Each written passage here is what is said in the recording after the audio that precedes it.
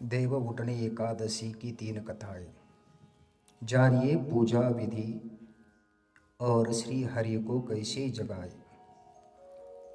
कार्तिक माह के शुक्ल पक्ष की एकादशी को देव उठनी एकादशी, देवोत्थान एकादशी, देव उठनी 11, प्रबोधिनी एकादशी आदि नामों से जाना जाता है। इस दिन श्री हरि विष्णु निद्रा से जाते हैं। इसकी कथा ऐसी आती है पुराणों में। एक राजा के राज्य में सभी लोग एकादशी का व्रत रखते थे। राजा तथा नौकर चाकरों से लेकर पशुओं तक को एकादशी के दिन अन्न नहीं दिया जाता था। एक दिन किसी दूसरे राज्य का एक व्यक्ति राजा के पास आकर बोला, महाराज कृपा करके मुझे नौकरी पर रख ले। तब राजा ने उसके सामने एक शर्त रखी कि ठीक है, रख लेते हैं, किंतु रोज तो तुम्हें खाने को सब कुछ मिलेगा, पर एकादशी को अन्न नहीं मिलेगा। उस व्यक्ति ने उस समय हाँ कर दी, पर एकादशी के दिन जब उसे फलाहार का सामान दिया गया तो वह राजा के सामने जाकर गिड़गिड़ाने लगा, महाराज इससे मेरा पेट नहीं भरेगा, मैं भूखा ही मर जाऊंगा, मुझे अन्न दे दो। राजा ने उसे शर्त की बात याद दिलाई, पर वो अन्न छोड़ने को राजी नहीं हुआ। तब राजा ने उसे आटा दाल चावल आदि दिए। वह नित्य की तरह नदी पर पहुंचा और स्नान कर भोजन पकने लगा। जब भोजन बन गया तो वह भगवान को बुलाने लगा, आओ भगवान, भोजन तैयार है। उसके बुलाने पर पीतांबर धारण किए भगवान चतुर्भुज रूप में आ पहुंचे तथा प्रेम से उसके साथ भोजन करने लगे। भोजनादि करके भगवान अंतर्धान हो गए तथा वो अपने काम पर चला गया। 15 दिन बाद अगली एकादशी को राजा से कहने लगा कि महाराज मुझे दोगुना सामान दीजिए। उस दिन तो वो मैं भूखा ही रह गया। राजा ने कारण पूछा तो उसने बताया कि हमारे साथ भगवान भी खाते हैं, इसलिए हम दोनों के लिए ये सामान पूरा नहीं होता। ये सुनकर राजा को बड़ा आश्चर्य हुआ। वो बोला, मैं नहीं मानता कि भगवान तुम्हारे साथ खाना खाते हैं। मैं तो इतना व्रत रखता हूँ, पूजा करता हूँ, पर भगवान ने मुझे कभी दर्शन नहीं दिए।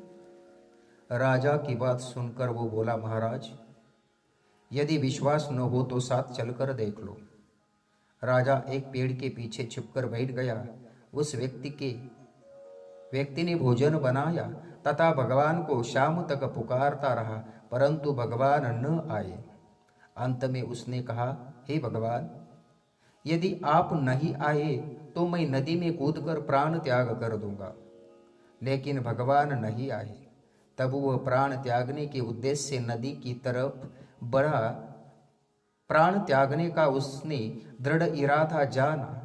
शीघ्र ही भगवान ने प्रकट होकर उसे रोक लिया और साथ बैठकर भोजन करने लगे। खा पीकर वे उसे अपने विमान में बिठाकर अपने धाम ले गए। यह देखकर राजा ने सोचा कि व्रत उपास से तब तक कोई फायदा नहीं होता जब तक मन शुद्ध न हो। इससे राजा को ज्ञान मिला। वह भी मन से व्रत उपास करने लगा और अंत में स्वर्ग को प्राप्त हुआ। इसी एकादशी को देव प्रबोधनी एकादशी भी कहा जाता है। पुराणों में इसकी कथा ऐसी आती है, एक राजा था, उसके राज्य में प्रजा सुखी थी। एकादशी को कोई भी अन्न नहीं बेचता था, सभी फलाहार करते थे। एक बार भगवान ने राजा की परीक्षा लेनी चाहिए। भगवान ने एक सुंदरी का रूप धारण किया तथा सड़क पर बैठ गए। तभी राजा उधर से निकला और सुंदरी को देख चकित रह गया। उसने पूछा, हे सुंदरी, तुम कौन हो और इस तरह यहाँ बैठकर क्यों बैठी हो? तब सुंदरी, वह सुंदर स्त्री बने भगवान बोली, मैं निराश्रित हूँ, नगर में मेरा कोई जाना पहचाना नहीं है, इससे सहायता मांगो। राजा उसके रूप पर मोहित हो गया था। वह बोला, तुम महल में चलकर मेरी रानी बनकर रहो।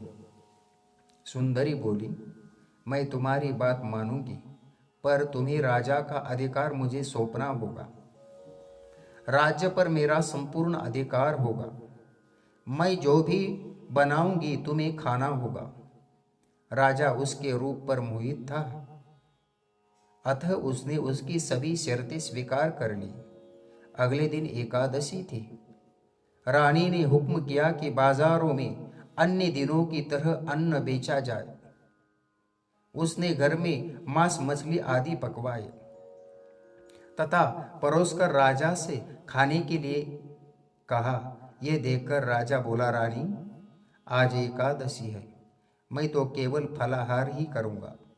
तब रानी ने शर्त की याद दिलाई और बोली, या तो खाना खाओ, नहीं तो मैं बड़े राजकुमार का सिर काट लूंगी।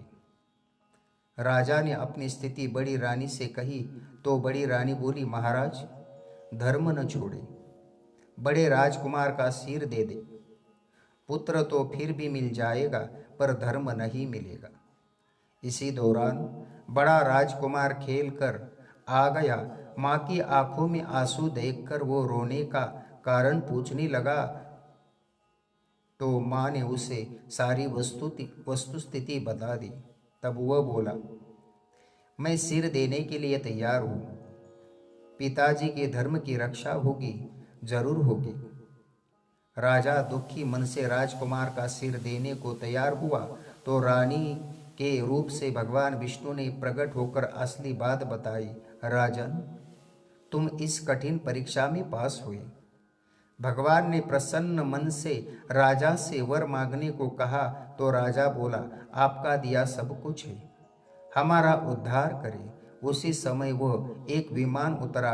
राजा ने अपना राज्य पुत्र को सौंप दिया और विमान में बैठकर परम धाम को चला गया। इसी एकादशी को देव उठनी एकादशी भी कहा जाता है। इसकी एक प्रमुख कथा आती है, शंकासुर नामक राक्षस की है। शंकासुर ने तीनों लोकों में बहुत ही उत्पात मचाया हुआ था। तब सभी देवताओं के आग्रह करने पर भगवान विष्णु ने उस राक्षस से युद्ध किया और यह युद्ध कई वर्षों तक चला। युद्ध में वह आसुर मारा गया और उसके बाद भगवान विष्णु विश्राम करने चले गए। कार्तिक शुक्ल एकादशी के दिन भगवान विष्णु की निद्रा टूटी थी और सभी देवताओं ने भगवान विष्णु की पूजा की थी। शिव महापुराण के अनुसार पौराणिक समय में दैत्यों का राजा दंभ हुआ करता था। वह बहुत ही बड़ा विष्णु भक्त था। कई सालों तक उसने यह संतान नहीं होने के कारण उसे शुक्राचार्य को अपना गुरु बनाकर उसने श्री कृष्ण मंत्र प्राप्त किया। यह मंत्र प्राप्त करके उसने पुष्कर सरोवर में घोर तपश्चर्या की। भगवान विष्णु उसकी तपस्या से प्रसन्न हुए और उसे संतान प्राप्ति का वरदान दे दिया। भगवान विष्णु के वरदान से राजा दंभ के यह एक पुत्र में जन्म लिया। इस पुत्र का नाम शंखचूड़ रखा गया।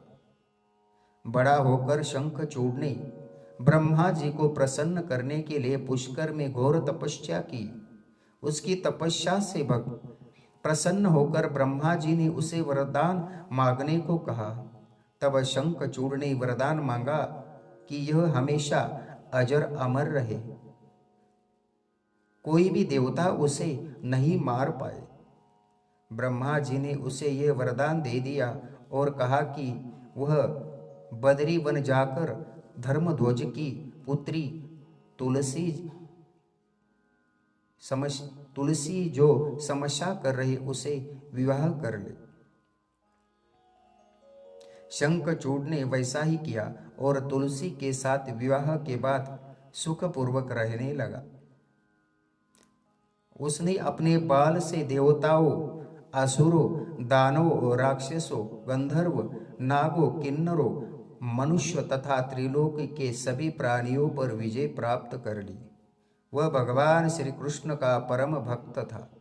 शंखचूड़ के अत्याचारों से सभी देवता परेशान होकर ब्रह्मा जी के पास गए और ब्रह्मा जी उसे भगवान विष्णु के पास ले गए।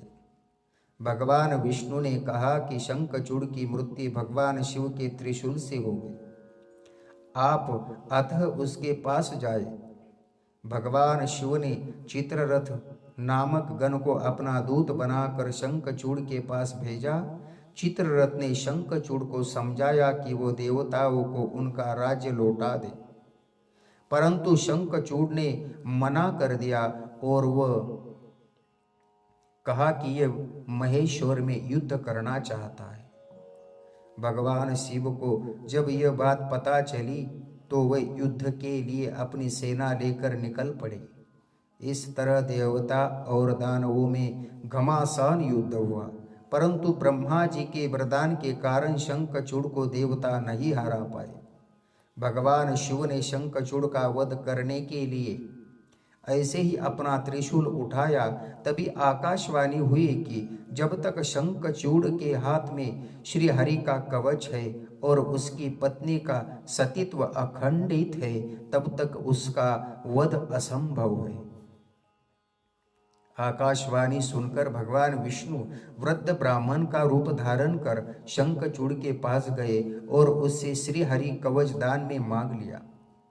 शंखचूड़ ने वह कवच बिना किसी संकोच के दान कर दिया। इसके बाद भगवान विष्णु शंखचूड़ का रूप बनाकर तुलसी के पास गए।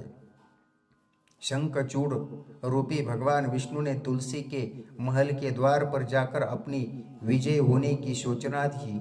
यह सुनकर तुलसी बहुत प्रसन्न हुई और पति रूप में आए भगवान का पूजन किया, रमन किया। ऐसा करते ही तुलसी का सतीत्व खंडित हो गया और भगवान शिव ने युद्ध में अपने त्रिशूल से शंखचूड़ का वध कर दिया। तब तुलसी को पता चला कि वे उसके पति नहीं है, बल्कि वे तो भगवान विष्णु है। क्रोध में आकर तुलसी ने कहा कि आपने छल पूर्वक मेरा धर्म भ्रष्ट किया है और मेरे पति को मार डाला, अतः मैं आपको श्राप देती हूँ कि आप पाषाण होकर धरती पर रहे। तब भगवान विष्णु ने कहा, देवी तुम मेरे लिए भारतवर्ष में रहकर बहुत दिनों तक तपस्या कर चुकी हो। तुम्हारा यह शरीर नदी रूप में बदलकर गंडकी नामक नदी के रूप में प्रसिद्ध होगा। तुम पुष्पों में श्रेष्ठ तुलसी का वृक्ष बन जाओगी और सदा मेरे साथ रहोगी। तुम्हारे श्राप को सत्य करने के लिए मैं पाषाण यानी शालिग्राम बनकर रहूंगा। गंडकी नदी के तट पर मेरा वास होगा। देव प्रबोधिनी एकादशी के दिन भगवान शालिग्राम व तुलसी का विवाह संपन्न कर मांगलिक कार्यों का प्रारंभ किया जाता है। हिंदू धर्म मान्यता के अनुसार इस दिन तुलसी शालिग्राम विवाह करने से अपार पुण्य प्राप्त होता है। आइए जानते हैं देवउठनी एकादशी व्रत पूजन कैसे करते हैं। देवउठनी एकादशी के दिन व्रत करने वाली महिलाएं प्रातः काल में स्नानादि से निवृत्त होकर आंगन में चौक बनाए, पश्चात भगवान विष्णु के चरणों को कलात्मक रूप से अंकित करें। फिर दिन की तेज धूप में विष्णु के चरणों को ढक दे। देवउठनी एकादशी को रात्रि के समय सुभाषित स्त्रोत पाठ, भागवत कथा और पुराणादिक का श्रवण और भजन आदि का गायन करें। घंटानाद, शंखनाद, मृदंगनाद, नगाड़े और वीणा बजाए। विविध प्रकार के खेल कूद, लीला और नाच आदि के साथ इस मंत्र का उच्चारण करते हुए भगवान को जगाइए। उत्तिष्ठ गोविंद त्यज्य निद्रा जगत्पतये, त्वयि सुप्ते जगन्नाथ जगत्सुप्त भवेदिदम्।